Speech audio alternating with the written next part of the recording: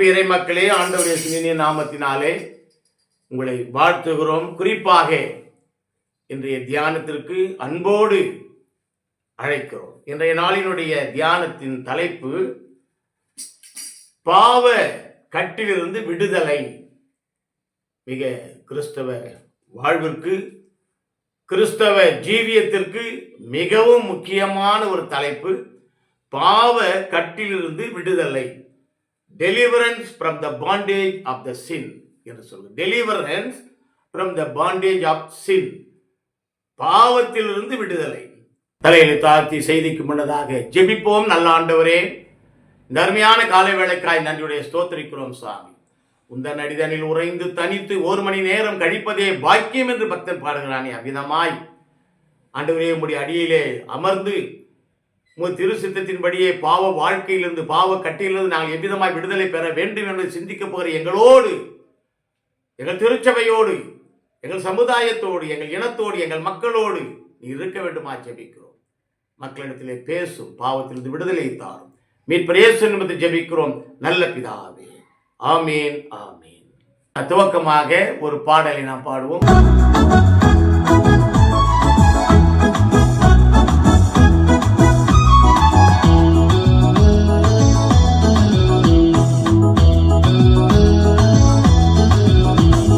விடுதலை விடுதலை விடுதலை பெற்றேன், விதவிதமாய் பாவத்திலே ஜீவித்த நானே. விடுதலை விடுதலை விடுதலை பெற்றேன், விதவிதமாய் பாவத்திலே ஜீவித்த நானே. இந்த நாளில் எந்த நேசு சொந்த ரத்தத்தால் தந்திட்டாரே எந்த ஆத்ம மீட்பின் விடுதலை. தந்திட்டாரே எந்த ஆத்ம மீட்பின் விடுதலை.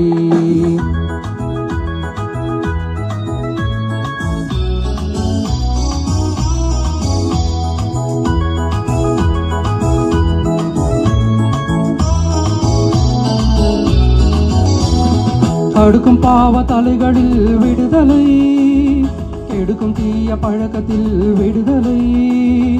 அடுக்கும் பாவ தலைகளில் விடுதலை, எடுக்கும் தீய பழக்கத்தில் விடுதலை.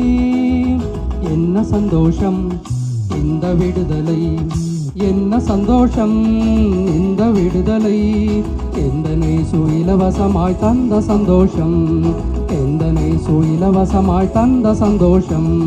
விடுதலை விடுதலை விடுதலை பெற்றேன், விதவிதமாய் பாவத்திலே ஜீவித்த நானே.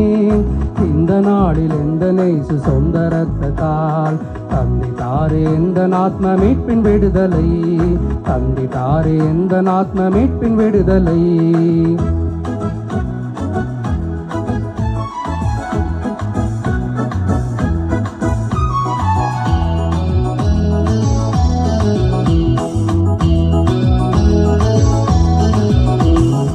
எரிக்கும் கோப பிடியினில் விடுதலை, விதைக்கும் தீய பொறாமையில் விடுதலை. எரிக்கும் கோப பிடியினில் விடுதலை, விதைக்கும் தீய பொறாமையில் விடுதலை. அன்பரே சுவை தந்த விடுதலை, அன்பரே சுவே தந்த விடுதலை. இந்த காணான் சென்றிடும் வரை உண்டு விடுதலை, இந்த காணான் சென்றிடும் வரை உண்டு விடுதலை. விடுதலை விடுதலை விடுதலை பெற்றேன், விதவிதமாய் பாவத்திலே ஜீவித்த நானே. இந்த நாளில் எந்த நேசு சொந்த ரத்தத்தால் தந்திட்டாரே எந்த ஆத்ம மீட்பின் விடுதலை. தந்திட்டாரே எந்த ஆத்ம மீட்பின் விடுதலை.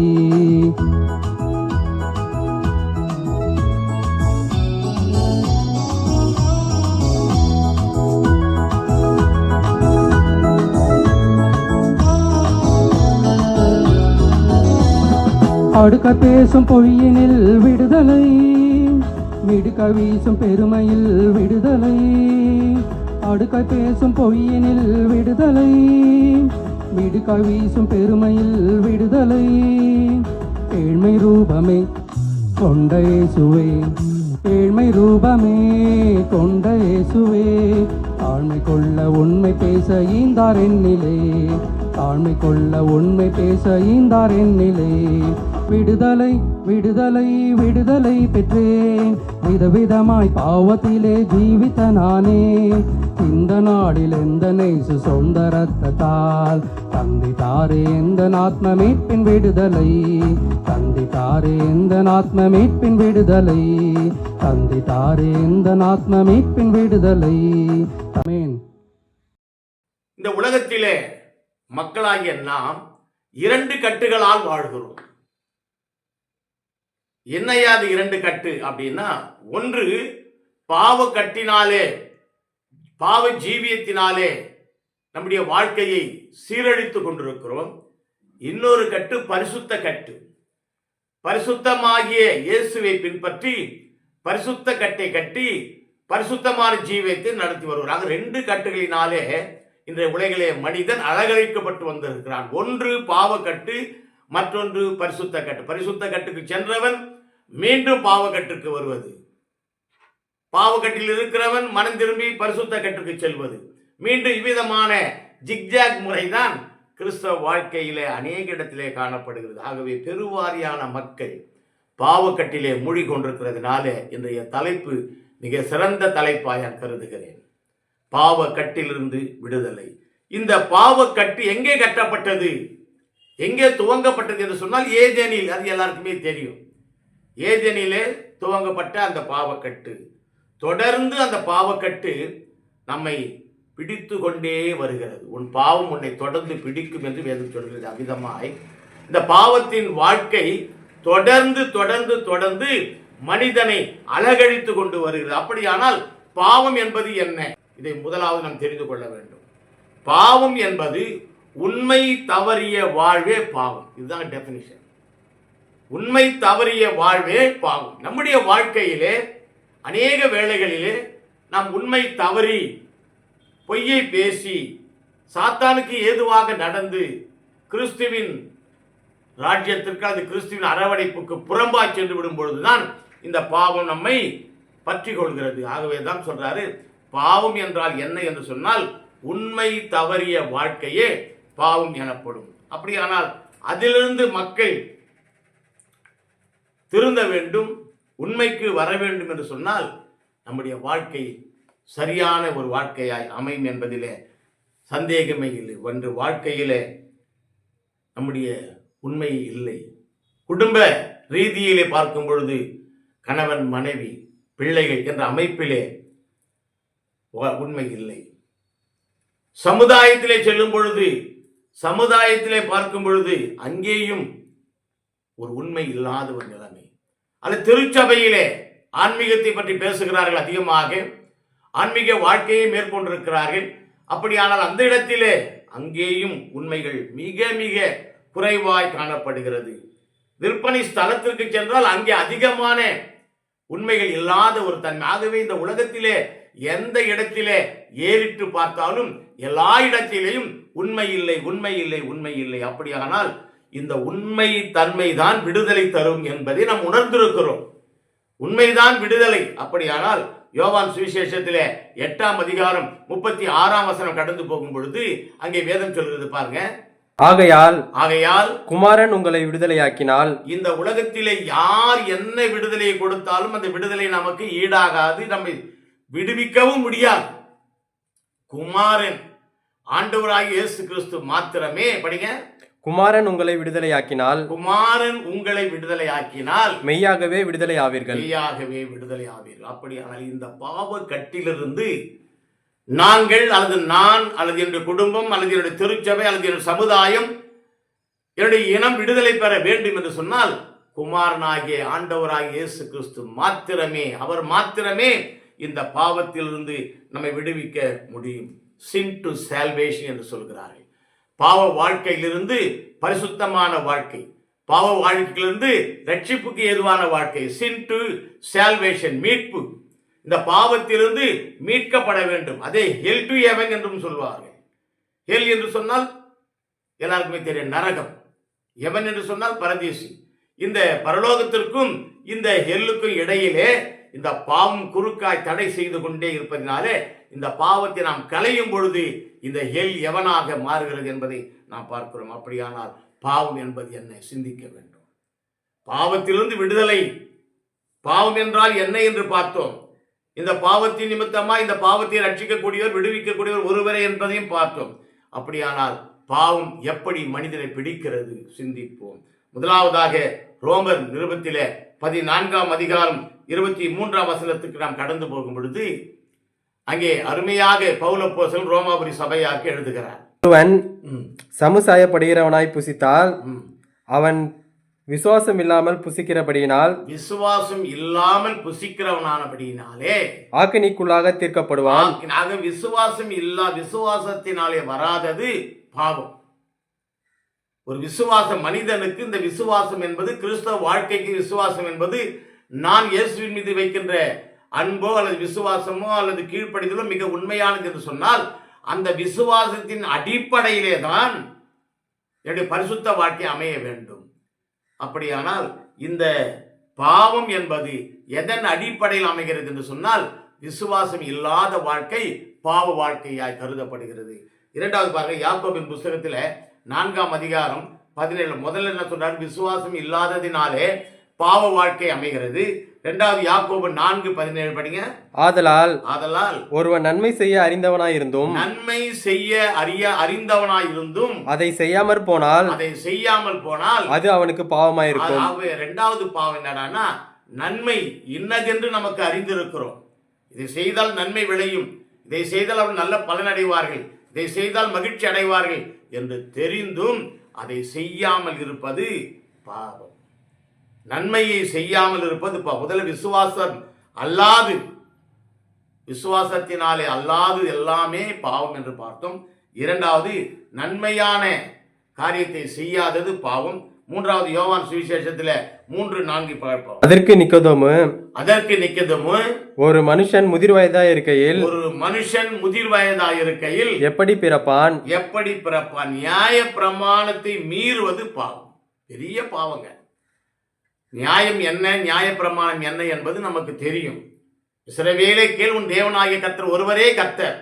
ஒன்று, உன் தேவனாகிய கர்த்தரிடத்திலே நீ அன்பு கூறுவது போல பிறனிடத்தில் அன்பு கூறுவாயாக. 2, இந்த 2 கற்பனை பிரதான கற்பனையாய் புதிய ஏற்பாட்டிலே கருதப்படுகிறது. இந்த நியாய பிரமாணத்தின் அடிப்படையிலே பிறந்த இந்த கட்டளைகளை ஏற்றுக்கொள்ளாதது அல்லது மறுதளிக்கிறது அல்லது மீறுகிறது பாவமாய் கருதப்படுகிறது. முதலாவது விசுவாசம் இல்லாத வாழ்க்கை பாவ வாழ்க்கையாய் கருதப்படுகிறது. இரண்டாவது நன்மை செய்யாத வாழ்க்கை பாவ வாழ்க்கையாய் கருதப்படுகிறது. மூன்றாவது நியாய பிரமாணத்தை மீறுகின்றது பாவ வாழ்க்கையாய் கருதப்படுகின்றது. நான்காவதாக 1 யோவான் புஸ்தகத்தில் 5ஆம் அதிகாரம் 17ஆம் வசனத்தை கடந்து போகும் பொழுது அநீதியெல்லாம் பாவம்தான். அநீதியான செயல், நீதியான செயல் அல்ல. நீதியான செயல் இல்லாதபடி நீதிக்கு முற்றிலும் நேரடியான அநீதியான செயல்களை ஒருவன் அல்லது நான் அல்லது என்னுடைய திருச்சபை அல்லது என்னுடைய மக்கள், என்னுடைய இனம், என்னுடைய ஜனம், என்னுடைய கிராமம் அநீதியான செயல்களை செய்யுமானால் அது நீதியற்ற செயலாய் காணப்படுகிறது. வேதத்தில் அநேக கிராமங்கள் அநீதியான செயல்களை செய்து அழிந்து போனதை பார்க்கிறோம். அப்படியானால் பாவம் என்பது எப்படி மனிதனை மேற்கொள்கிறது என்பதை நாம் பார்த்தோம். முதலாவது பாவ வாழ்க்கை என்றால் என்ன? இரண்டாவது இந்த பாவத்திலிருந்து விடுதலை எப்படி கிடைக்கும்? மூன்றாவது அப்படியானால் பாவம் என்பதை நான் எங்கே பார்க்கலாம், எப்படி புரிந்து கொள்ளலாம் என்கிறதை நான் பார்க்கும் பொழுது, 1 விசுவாசம் இல்லாத செயல்பாடுகள் எல்லாமே பாவம்தான். 2 நன்மை செய்யாத செயல்பாடுகள் எல்லாமே பாவம்தான். நியாயப்பிரமாணத்தை எதிர்த்து நிற்பதோ நியாயப்பிரமாணத்தை எதிர்த்து செயலாற்றுவதோ பாவமான காரியம்தான். அநீதியான காரியம், அநீதியான செயல்படலாம். ஆகவே இந்த 4 காரியங்கள் பாவங்களாய் கருதப்படுகிறது. ஆகவே இந்த பாவங்களை என்னுடைய வாழ்க்கையில் நான் விட்டொழிக்க வேண்டும். இந்த பாவ கட்டிலிருந்து நான் விடுதலை பெற வேண்டும். I want deliverance from the since. அப்படி என்று சொன்னால் 3 காரியங்கள் மூலமாய் நாம் இதை விளக்க முற்படுகிறோம். 1, மனம் மாற்றமே விடுதலை தரும். 1 மனிதனுடைய மனம் மாற்றம். நீங்க என்னத்தான் பண்ணாலும், துணிகளை மாற்றி மாற்றி போட்டாலும், தலைகளை மாற்றி மாற்றி வாரினாலும், உடலிலே விலை உயர்ந்த சென்ட் வகைகளை அடித்து கொண்டாலும் அது எந்த வகையில் மாற்றத்தை தர உன்னுடைய அந்த நேரத்திலே நிமிடத்திலே ஒரு மாற்றம், உடைய தோற்றத்தின் மாற்றத்தை தரலாம். ஆனால் வாழ்க்கையிலே ஒரு மாற்றம் வேண்டும், வாழ்க்கையிலே பாவ கட்டிலிருந்து நீங்களும் நான் விடுதலை பெற வேண்டுமானால் அது மனம் மட்டுமே விடுதலை பெற வேண்டும். யாத்திராகமம் புத்தகத்திலே 14ஆம் அதிகாரம் 5வது வசனத்தை கடந்து போவோம். ஜனங்கள் ஓடி போய்விட்டார்கள், ஜனங்கள் ஓடி போய்விட்டார்கள் என்று எகிப்தின் ராஜாவுக்கு அறிவிக்கப்பட்ட பொழுது ஜனங்களுக்கு விரோதமாக பார்வோனும் அவன் ஊழியக்காரரும் மனம் வேறுபட்டு நமக்கு வேலை செய்யாதபடிக்கு நாம் இஸ்ரவேலரை போகவிட்டது என்ன காரியம் என்றார்கள். பாருங்க, இதுல முக்கியமானது பார்வோனுடைய மனமாற்றம். இந்த மனமாற்றம் என்ன? தீமைக்கு ஏதுவான மனமாற்றம், பாவத்திற்கு ஏதுவான மனமாற்றம், பாவ கற்றுக்கு ஏதுவான மனமாற்றம். இந்த பார்வோனுடைய மனமாற்றம் நீதிக்கு ஏதுவானது, பரிசுத்திற்கு ஏதுவானது, அல்லது சின் டு சால்வேஷன் என்று சொல்றோமே, பாவ வாழ்க்கையிலிருந்து விடுதலை பெற்று மீட்பான வாழ்க்கை, விடுதலையான வாழ்க்கைக்கு போவது அல்ல. இங்கே பார்வோனுடைய மனமாற்றம் என்பது தீய வாழ்க்கைக்கு மீண்டும் அழைத்து செல்கின்ற மனமாற்றம். இன்றைய நாட்களிலே அநேக கிறிஸ்தவர்கள், அநேக திருச்சபைகள், அநேக நல்ல பெரியோர்கள் எல்லாம் பாவ வாழ்க்கைக்கு மீண்டும் மீண்டுமாய் சென்று கொண்டே இருக்கிறார்கள். இந்த மனம் என்பது மாறாமல் மீண்டும் மீண்டுமாய் அவைகளை கொத்தடிமைகளாக அழைத்து கொண்டே இருக்கிறதே. தவறுகளை உணராத வாழ்க்கை. இந்த பார்வோன் தன் தவறை உணரவில்லை, தான் செய்த தவறை உணரவில்லை. 10 வாதைகளினாலே நிந்தித்தும் உணராமல் போனதினாலே மனம் மாற்றம் இல்லாத ஜீவியத்தை அவன் ஜீவித்து வருகிறான். இன்றைய சூழ்நிலையிலே கிறிஸ்துவனாகிய நாம் மனமாற்றம் அடைய வேண்டும் என்பதுதான் அனைவருடைய விருப்பம், ஆண்டவருடைய விருப்பம். ஆண்டவருடைய உண்மையான விருப்பம் என்ன? என் மகன், என் மகள் மனமாற்றம் அடைய வேண்டும். மனமாற்றம் அடைந்தால் மாத்திரமே நமக்கு விடுதலை கிடைக்கும். அந்த விடுதலை மாத்திரமே பாவ கட்டிலிருந்து நம்மை விடுவிக்கும் என்பதை என் ஆண்டவர் திட்டமாய் சொல்கிறார். எனக்கு அருமையானவர்களே, வேதத்திலே அநேக இடங்களிலே பின்வாங்கி போனதை நாம் பார்க்கிறோம். நேபுகாத் நேச்சாரை பார்க்கிறோம். தானியேல் புத்தகத்திலே 4ஆம் அதிகாரம் 30வது வசனத்துக்கு நாம் கடந்து போகும் பொழுது, இது என் வல்லமையின் பராக்கிரமத்தினாலும் என் மகிமை பிரதாபத்துக்கென்றும். சுய புத்தியை சார்ந்துட்டாயா, சுய புத்தியை சார்ந்துட்டா. மனமாற்றம் இல்லை, மனமாற்றம் இல்லாத வாழ்க்கையை நேபுகாத் நேச்சார் வாழ்ந்ததினாலே அவன் என்ன சொல்றான்? இது என்னுடைய நான் கட்டிய மகாபாபிலோன். என்ன பெருமை பாருங்க. அதனால்தான் 34ஆம் வசனம் படிங்க. அதுல 34ஆம் வசனம் படிங்க, என்ன சொல்றாரு பாருங்க. அந்த நாட்கள் சென்ற பின்பு நேபுகாத் நேச்சாரின் நான் என் கண்களை வானத்துக்கு ஏறெடுத்து என் புத்தி எனக்கு திரும்பி வந்தது.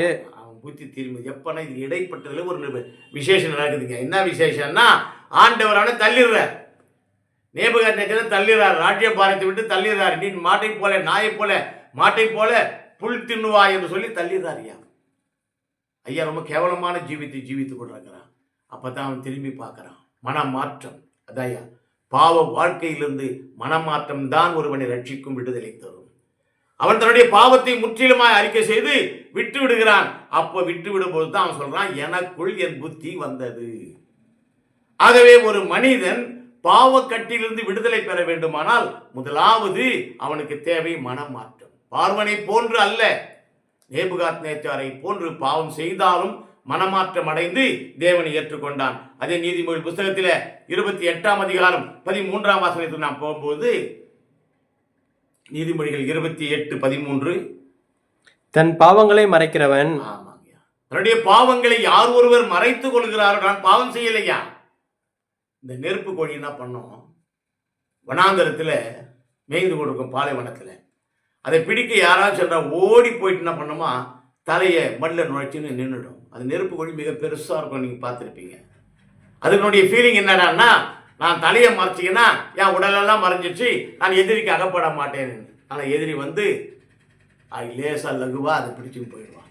இன்னைக்கு அதை போல தான் இந்த பாவம் நம்மை பிடித்து கொண்டிருக்கிறது.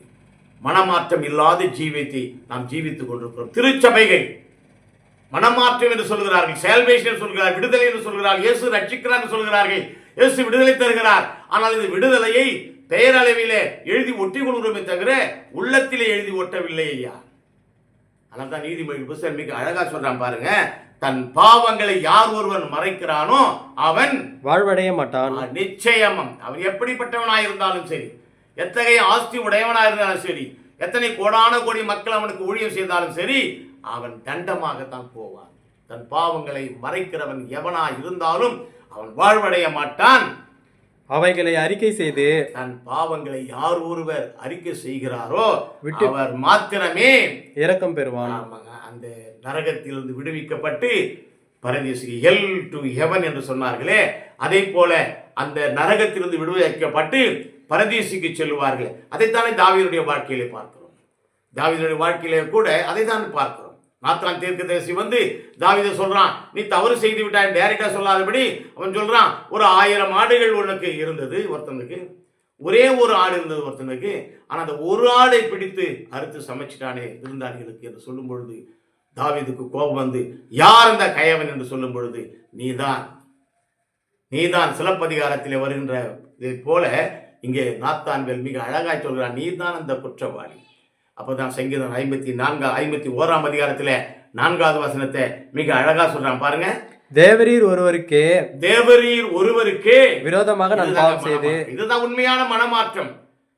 மனுஷனுக்கு விரோதமாக அல்ல, தேவனுக்கு விரோதமாய் நீ என்ன காரியங்களை செய்கிறாயோ அந்த காரியத்தை கர்த்தரிடத்திலே அறிக்கை செய்து விட்டுவிட வேண்டும். இங்கே தாவீது செய்த பாவம் மிக பெரிய பாவம், சின்ன பாவம் அல்ல, பெரிய பாவம். அந்த பெரிய பாவத்தை கர்த்தரிடத்திலே போறான். தேவர் என்ன சொல்றான் படிங்க. உமது கண்களுக்கு முன்பாக, ஆமாங்க, நான் தவறு செய்துட்டேன், உமது கண்களுக்கு முன்பாக பொல்லாங்கானதை தீமையை நடப்பித்தேன். நீர் பேசும்பொழுது உம்முடைய நீதி விளங்கவும். உம்முடைய நீதி எனக்கு தெரிதுங்க. நீதி எப்படி நீதி வர என்பது எனக்கு தெரியுது. ஆனால் நான் மனமாற்றம் அடையாத தீமையான காரியத்தை செய்து விட்டேன், அந்த பார்வோனை போல. ஆகவே இன்று நான் உம்மிடத்தில் வருகிறேன் சுவாமி, தேவரீர் என்னை சுத்தப்படுத்தும் என்று சொல்லி மிக கதறி சொல்லுகின்ற பாடல் தான் அந்த சங்கீதம் 51ஆம் அதிகாரம். கதறுகின்றான். என கருமையானவர்களே, அன்று பார்வோன் மனம் திரும்பாமல் போய்விட்டான். இன்று நம்மிலே அநேகர் ஏன் ஏறக்குறைய 99 விழுக்காடு மனம் கடினப்பட்டு வாழ்கின்ற மக்களாகத்தான் இருக்கிறோம். ஜாதியிலே பெருமை, மதத்திலே பெருமை, இனத்திலே பெருமை, ஆணவ கொலைகளிலே சந்திப்பதிலே ஒரு பெரிய மகிழ்ச்சி. என் மகள் என்னுடைய விரோதமாய் செயல்பட்டால் அவளை வெட்டிவிட்டேன், அல்லது மருமகனை வெட்டிவிட்டேன், ஆங்கார எண்ணங்கள், நான் தான் என்ற சிந்தனை, இவைகள் எல்லாவற்றையும் ஒழியும் பொழுதுதான் மனம் மாற்றம் அடைகிறோம் என்று பொருள். ஆகவே எனக்கு அருமையானவர்களே, நாம் மனம் மாற்றம் அடைகின்ற பிள்ளைகளாய் பாவ விடுதலையை பெற வேண்டும். பாவ கட்டிலிருந்து ஒருவன் விடுதலை பெற வேண்டுமானால் முதலாவதாக மனம் மாற்ற தேவை. சங்கீத புஸ்தகத்தில் 32ஆம் அதிகாரம் 5வது வசனத்தை கடந்து போவோம். நான் என் அக்கிரமத்தை மறைக்காமல். யார் ஒருவர் தன் பாவங்களை மறைக்கிறார்களோ அவர்கள் வாழ்வடைய மாட்டார்கள் என்று நீதிமொழியில் சொன்னாரு. இந்த இடத்துல தாவீது என்ன சொல்றான் பாருங்க, நான் என்னுடைய அக்கிரமத்தை, நான் என்னென்ன தீவைகள் செய்தேனோ, மனமாற்றம் அல்லாது ஜீவித்தேனோ, இவைகள் எல்லாவற்றையும், என் பாவத்தை உமக்கு அறிவித்தேன், எல்லாவற்றையும் ஆண்டவரை உமக்கு அறிவித்தேன். என் மீறுதல்களை கர்த்தருக்கு அறிக்கையிடுவேன். என் மீறுதல்களை, என் ஆண்டவருக்கு விரோதமாய் செய்த பாவ காரியங்களை அறிக்கையிடுவேன். தேவரீர் என் பாவத்தின் தோஷத்தை மன்னித்தீர். அல்லேலூயா. எனக்கு அருமையான தேவ ஜனமே, நம்முடைய வாழ்க்கையிலே பாவ கட்டிலிருந்து ஒரு மனிதனுக்கு, ஒரு திருச்சபைக்கு, ஒரு குடும்பத்திற்கு, ஒரு சமுதாயத்திற்கு விடுதலை வேண்டும் என்று சொன்னால் நிச்சயம் மனம் மாற்றம் தேவை. மனம் மாற்றத்திற்குரிய ஜீவியம் தேவை. மனம் மாற்றம் மாத்திரமே விடுதலை தரும். ஆகவே நம்மிலே நாம் எவ்விதமான கிறிஸ்தவர்களாய் இருக்கிறோம், சிந்தித்து பார்ப்போம். மனமாற்றம் உள்ள கிறிஸ்தவர்களாய் இருக்கிறோமா? இந்த சிந்தனையோடு 2வது கட்டத்துக்கு நாம் நுழைவோம். முதலாவது கட்டம், என் பாவ கட்டிலிருந்து நான் விடுதலை பெற வேண்டுமானால் என்னுடைய மனம் மாற வேண்டும். 2வது, நான் ஆவியின்படி நடக்கின்ற விடுதலையை பெற வேண்டும். ரோமர் 8ஆம் அதிகாரம் 9வது வார்த்தை, தேவனுடைய ஆவி உங்களில் வாசமாயிருந்தால், அந்த பரிசுத்த ஆவி ஒரு மனிதன் உள்ளே வாசமாயிருந்தால், நீங்கள் மாம்சத்துக்கு உட்பட்டவர்களாய் இராமல், நாம் மாம்சத்திற்கு ஏற்ற பிள்ளைகளாய் இல்லாமல் ஆவிக்குட்பட்டவர்களாய் இருப்பீர்கள். ஆவிக்கு உட்பட பரிசுத்த ஆவியின் வழி நடத்துதலினால் ஆட்கொள்ளப்பட்டவர்களாய் நாம் காணப்படுவோம். கிறிஸ்துவின் ஆவி இல்லாதவன், அந்த பரிசுத்த ஆவி இல்லாதவன் அவருடையவன் அல்ல. அப்படியானால் நாம் நம்முடையவர்கள் அல்ல, நாம் கிறிஸ்துவினுடையவர்கள் என்று அடிக்கடி சொல்லுகிறோம். கிறிஸ்துவனாகிய நாம் கிறிஸ்துவின் உடையவர்கள் என்று சொல்லிக் கொண்டிருக்கிறோமே, கிறிஸ்துவின் உடையவன் யாரோ அவன் தேவ ஆவியை, பரிசுத்த ஆவியை பெற்றிருக்க வேண்டும், அதன்படி நடக்க வேண்டும் என்பதுதான் இந்த விடுதலையினுடைய காரியம். ஆகவே முதலாவதாக என்னுடைய மனம் மாறினால் மாத்திரமே நான் விடுதலை வாழ்வை பெற முடியும். இரண்டாவதாக ஆவியின்படி நடந்தால் மாத்திரமே நான் விடுதலை வாழ்வை பெற முடியும். எனக்கு அருமையானவர்களே, எத்தனை பேர் இது தைரியமாய் சொல்ல முடியும்? மாம்சம் அழிந்து விட்டது, மாம்சம் ஒழிந்து விட்டது, மாம்ச சிந்தனை இடத்திலே இல்லை, மாம்சத்துக்குரிய காரியங்கள் இல்லை. அந்த 17 குற்றங்களை வாசித்தோமே கலாத்தியர்ல, அந்த 17 குற்றங்கள் என்னை விட்டு நீங்கிவிட்டது, நான் தூயவனாய் மாறிவிட்டேன் என்று யார் ஒருவர் சொல்கிறார்களோ அவருடைய கிரியைகள் மட்டுமே ஆவிக்குரிய கிரியைகளாய் காணப்படும். அவர்கள் மாத்திரமே தேவனுடைய பிள்ளைகளாய் கருதப்படுவார்கள். ஆகவே எனக்கு அருமையானவர்களே, பாவ கட்டிலிருந்து விடுதலை என்று சொன்னால் முதலாவது நம்முடைய மனம் மாறுகின்ற விடுதலை, இரண்டாவதாக ஆவியின்படி நீங்கள் நான் நடக்கின்ற விடுதலை, மூன்றாவது காரியம் பரிசுத்தமாய் வாழுகின்ற விடுதலை. புத்தகத்திலே 8ஆம் அதிகாரம் 34ஆம் வசனத்தை படிப்போம். இயேசு அவர்களுக்கு பிரதியுத்தரமாக பாவம் செய்கிறவன் எவனும் பாவத்துக்கு அடிமையாய் இருக்கிறான் என்று மெய்யாகவே உங்களுக்கு சொல்லுகிறேன். ஆண்டவர் மிக அழகா சொல்லிட்டார் பாருங்க. அவருடைய திருவாயை திறந்து ஆண்டவராகிய கர்த்தர் இயேசு கிறிஸ்து சொல்றாங்க, யார் ஒருவர் பாவம் செய்கிறார்களோ அவர்கள் பாவத்திற்கு அடிமையாக இருக்கிறார்கள். அப்படியான வாழ்க்கையிலே பரிசுத்தம் இல்லை. எத்தனை உபதேசங்கள், எத்தனை கன்வென்ஷன் கூட்டங்கள், எத்தனை திருச்சபையிலே செய்திகள், எத்தனை ஆல்நெட் பிரேயர்கள், எனக்கு அருமையானவர்களே. ஆனால் இவைகள் எல்லாம் இருந்தும் என்னுடைய வாழ்க்கை பரிசுத்தமாய் மாறவில்லையே. காரணம் என்ன? படிங்க அந்த 34 மறுபடியும். பாவம் செய்கிற எவனும் பாவத்துக்கு அடிமையாயிருக்கிறான் என்று மெய்யாகவே நாம் பாவத்திற்கு தான் இன்னமும் அடிமைகளாய் காணப்படுகிறோமே தவிர பாவ கட்டிலிருந்து விடுதலை பெற்றவர்களாய் இல்லை. அதனால தான் இந்த யோவான் அதே சுவிசேஷத்துல 8ஆம் அதிகாரம் 31, 32 வார்த்தையை வாசிக்கும் பொழுது மிக சிறப்பா சொன்னார். படிங்க யோவான் 8, 31, 32 படிங்க. சத்தியத்தை அறிவீர்கள், சத்தியத்தை நாம் தெரிந்திருக்கிறோம், சத்தியம் உங்களை விடுதலையாக்கும். சத்தியம் நம்மை விடுதலை. சத்தியம் என்பது நானே வழியும் சத்தியம் ஜீவனுமாய் சொன்னார் இயேசு கிறிஸ்து. இயேசு கிறிஸ்துவை நாம் மிக அதிகமா அறிந்திருக்கிறோம். அவரை பற்றி சொல்லணும்னா நாள் கணக்கில் உட்கார்ந்து சொல்லுவோம். இயேசுடைய வாழ்க்கையை செய்தார், அதை செய்தார், இப்படி செய்தார், மக்கள் இதை செய்தார், 5 மணி 5000 பேருக்கு போஷித்தார், 5 திரளான காரியங்களை. ஆனால் அவைகள் எல்லாம் இங்க வேலைக்கு ஆகாது. விடுதலை வாழ்க்கையை நீ பெற வேண்டுமானால் உன் வாழ்க்கை, நம் வாழ்க்கை பரிசுத்தமாய் மாற வேண்டும். படிங்க. நீங்கள் என் உபதேசத்தில் நிலைத்திருந்தால் மெய்யாகவே என் சீஷராயிருப்பீர்கள். ஆகவே கர்த்தருடைய சீஷர்கள் என்று சொல்லுகின்ற, கர்த்தருடைய பிள்ளைகள் என்று சொல்லுகின்ற, இயேசுவுக்கு பின்னாக செல்லுகின்றவர்கள் என்று சொல்லிக் கொண்டிருக்கிற திருச்சபையாரே, எனக்கு அருமை நண்பனே, நன்றாக சிந்தித்து பாருங்க. நீங்க அவருக்கு பின் செல்வதாய் இருந்தால் மாத்திரமே பரிசுத்த ஆவியின் வாழ்க்கையை வாழுகின்ற பிள்ளைகளாய் நாம் இருக்கிறோம். நன்றாக சிந்தித்து இல்லாதவர்கள் எல்லாம் 34ஆம் வசனம் படிங்க. பாவம் செய்தவன் பாவத்திற்கு அடிமையாய் இருக்கிறான் என்ற வார்த்தையின்படியே நாம் பரிசுத்தத்திற்கு அல்ல பாவத்திற்கு அடிமைகளாய் காணப்படுகிறோம். ஆகவே இந்த யோவான்ல மிக அழகாய் எழுதுறார் பாருங்க. பாவத்திற்கு அடிமைகளாய் நாம் இது இல்லாதபடி. யூதர்கள் பாவத்திற்கு அடிமைகளாக இருந்தாங்க. படிங்க 34ஆம் வசனம். பாவம் செய்கிற எவனும் பாவத்துக்கு அடிமையாயிருக்கிறான் என்று மெய்யாகவே உங்களுக்கு சொல்கிறேன். ஆமாங்க. 36 படிங்க. ஆகையால் குமாரன் உங்களை விடுதலையாக்கினால், குமாரன் மாத்திரமே, ஆண்டவராகிய இயேசு கிறிஸ்து மாத்திரமே உங்களை விடுதலை செய்ய முடியும். அவர் விடுதலையாக்கினால் மெய்யாகவே விடுதலையாவீர்கள். அப்படியானால் அன்றைய காலத்தில் இருந்த யூதர்கள் நாங்கள் ஆபிரகாம் சந்ததி என்று மார்த்தட்டி கொண்டிருந்தோம். இன்னைக்கு கூட திருச்சபையில் அநேகம் பேர் நான் மார்த்தட்டி கொண்டிருக்கிறார். நாங்கள் பரம்பரையாய் கிறிஸ்தவர்கள். நாங்கள் 7 தலைமுறை 8 தலைமுறை. நான் அப்பவே ஏசாமி எப்போ சிலுவையில் மரித்தாரோ அப்பவே ரத்த காயங்களை நான் கழுவப்பட்டு நான் கிறிஸ்தவன் ஆகிட்டேன் சொல்லி கொண்டிருக்கிற பாரம்பரியங்கள் உண்டு. பாரம்பரிய உணர்வோடு பேசுகின்றவர்கள் யூதர்கள் அந்த பாரம்பரிய உணர்வோடு தான் பேசினார்கள். சொன்னாங்க, நாங்கள் ஆபிரகாமின் சந்ததி. பெருமைக்கான வழிகளை பேசினார்கள். பெருமைக்கான எங்களுக்குள்ள யாருக்கு அடிமை இல்லை. ஏன்னு சொன்ன யூதர்கள் அந்த விதமான சுபாவம் உடையவர்கள், அடிமைகள் அல்ல, நாங்கள் விடுதலை பெற்றவர்கள். ஆகவே இந்த பெருமையை விட்டு கொடுக்க முடியாதபடி பெருமையிலே மூழ்கி துன்பப்படுகின்றவர்கள் தான் யூதர்கள். அந்த யூதர்கள் தான் அன்று நடந்த அதே யூத வம்சத்தினுடைய செயல்பாடுகள் தான் இன்று திருச்சபையிலே காணப்படுகிறது. 2 கொரிந்தியர் புஸ்தகத்திலே 5ஆம் அதிகாரம் 17வது வசனத்துக்கு கடந்து போகும் பொழுது, இப்படி இருக்க ஒருவன் கிறிஸ்துவுக்குள் இருந்தால் இயேசுவுக்குள்ளாய் இருந்தால் மாத்திரமே புது சிருஷ்டியாய் இருக்கிறான். இது முதல் கிறிஸ்துவுக்குள் மரிக்கிறவர்கள் என்று ஒரு வார்த்தை சொல்வார் ஐயர். சாவ அடக்கும் கிறிஸ்துவுக்குள் மரிக்கிறவர்கள், கிறிஸ்துவோடு அல்லது கிறிஸ்து அப்படி அல்லையா, கிறிஸ்துவுக்குள்ளதாக என்று சொன்னால் கிறிஸ்துவின் பாடுகளை என்னுடைய வாழ்க்கையில் நான் ஏற்றுக்கொள்ள வேண்டும்.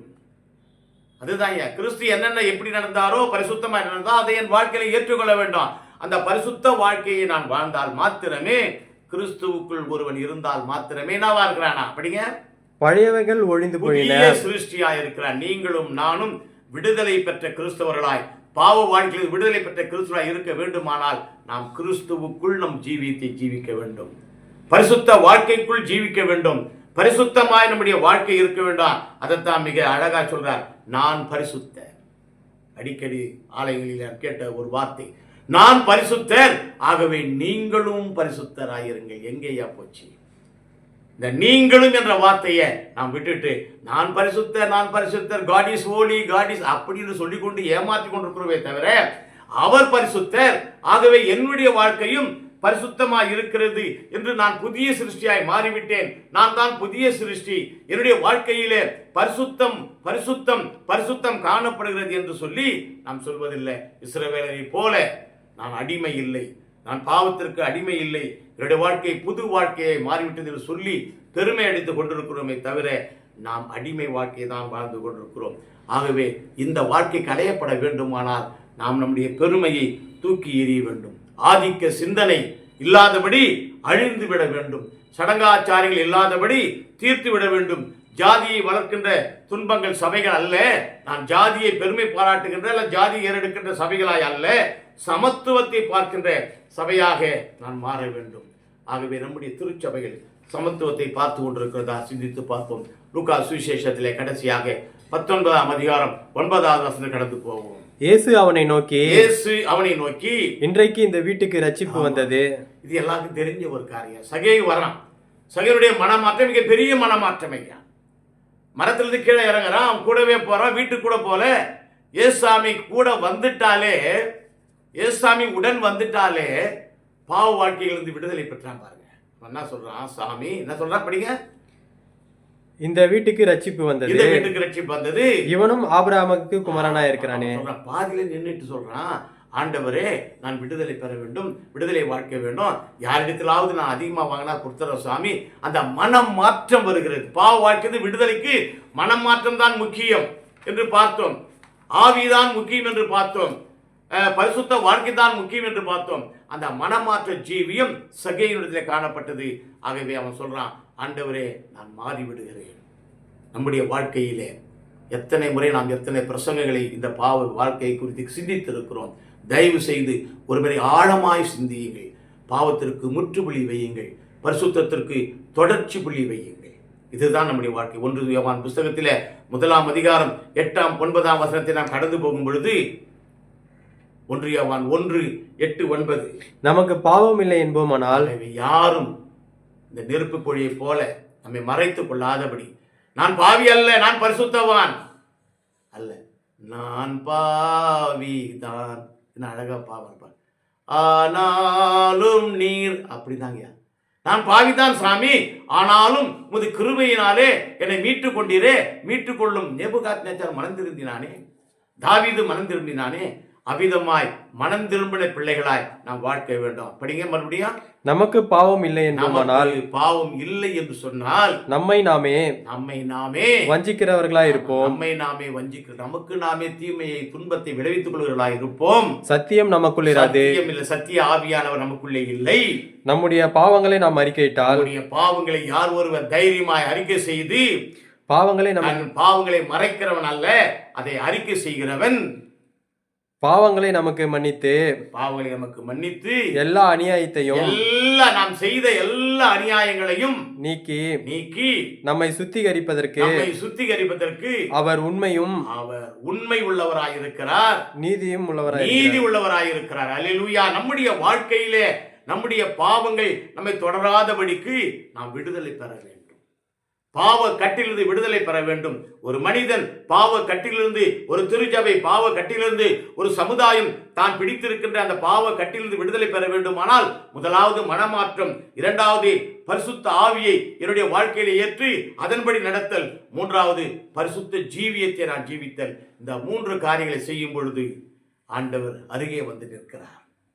என் அருகே, உங்கள் அருகே, திருச்சபை அருகே வந்து நின்று யோவான் சுவிசேஷம் 5ஆம் அதிகாரம் 4வது வசனத்தை சொல்ற வண்ணமாக, இனி பாவம் செய்யாதே. ஒரே வார்த்தையோடு முடிச்சுறாரு. ஆண்டவர் மிகப்பெரியவர், அதிகமாய் பேச விரும்பாதவர். ஒரே வார்த்தை ரத்ன சுருக்கமா சொல்றாரு, இனி பாவம் செய்யாதே, போ. இதுதாங்க. ஆகவே இந்த பாவ கட்டிலிருந்து விடுதலை பெற வேண்டுமானால் இனி நாம் பாவம் செய்யாதே என்ற வார்த்தையை கர்த்தரிடத்திலிருந்து பெற வேண்டும். அவர் சொல்ல வேண்டும் நமக்கு. அப்படியானால் நம்முடைய சின் சால்வேஷனாக மாறும், நம்முடைய ஹெல் எவனாக மாறும். கர்த்தர் நம்மை ஆசீர்வதிப்பாராக. தலையில் தாழ்த்தி ஜெபிப்போம். நல்ல ஆண்டவரே, இந்த அருமையான காலை வேளைக்காய் நன்றியோடு ஸ்தோத்திரிக்கிறோம் சாமி. பாவ கட்டிலிருந்து நாங்கள் விடுதலை பெற வேண்டும். டெலிவரன்ஸ் ஃப்ரம் த சின் என்று பார்த்தோமே ஆண்டவரே, நாங்கள் பாவத்திலே மூழ்கி திளைத்து ஊறி போய் இருக்கிறோம் சாமி. என்னுடைய வாழ்க்கை பரிசுத்தமாய் மாற வேண்டும், எங்கள் வாழ்க்கை தூய்மையாய் மாற வேண்டும் என்பதை நீர் விரும்புகிறீர்.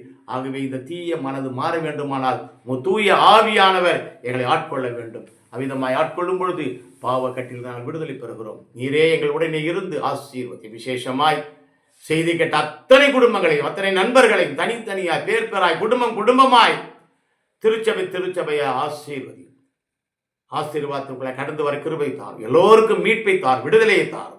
மீட்பர் இயேசு நாமத்தில் ஜெபிக்கிறோம் நல்ல பிதாவே, ஆமீன். ஆமென். தேவனுடைய இரக்கமுள்ள கிருபைக்கும் பராமரிப்புக்கும் நம் யாவரையும் அர்ப்பணிக்கிறோம். பிதா, குமாரன், தூயாவின் ஆசீர்வாதம், வழிநடத்துதல், தெய்வீக சமாதானம் நம் யாவரோடும் செய்தி கேட்ட அத்தனை உள்ளங்களோடு நிலைத்தது. நிறைவா நிம்மதி ஆசீர்வாதத்தை வருகை மட்டும் தொடர்ந்து கொடுத்து காப்பதாக. ஆமீன், ஆமீன். God bless you.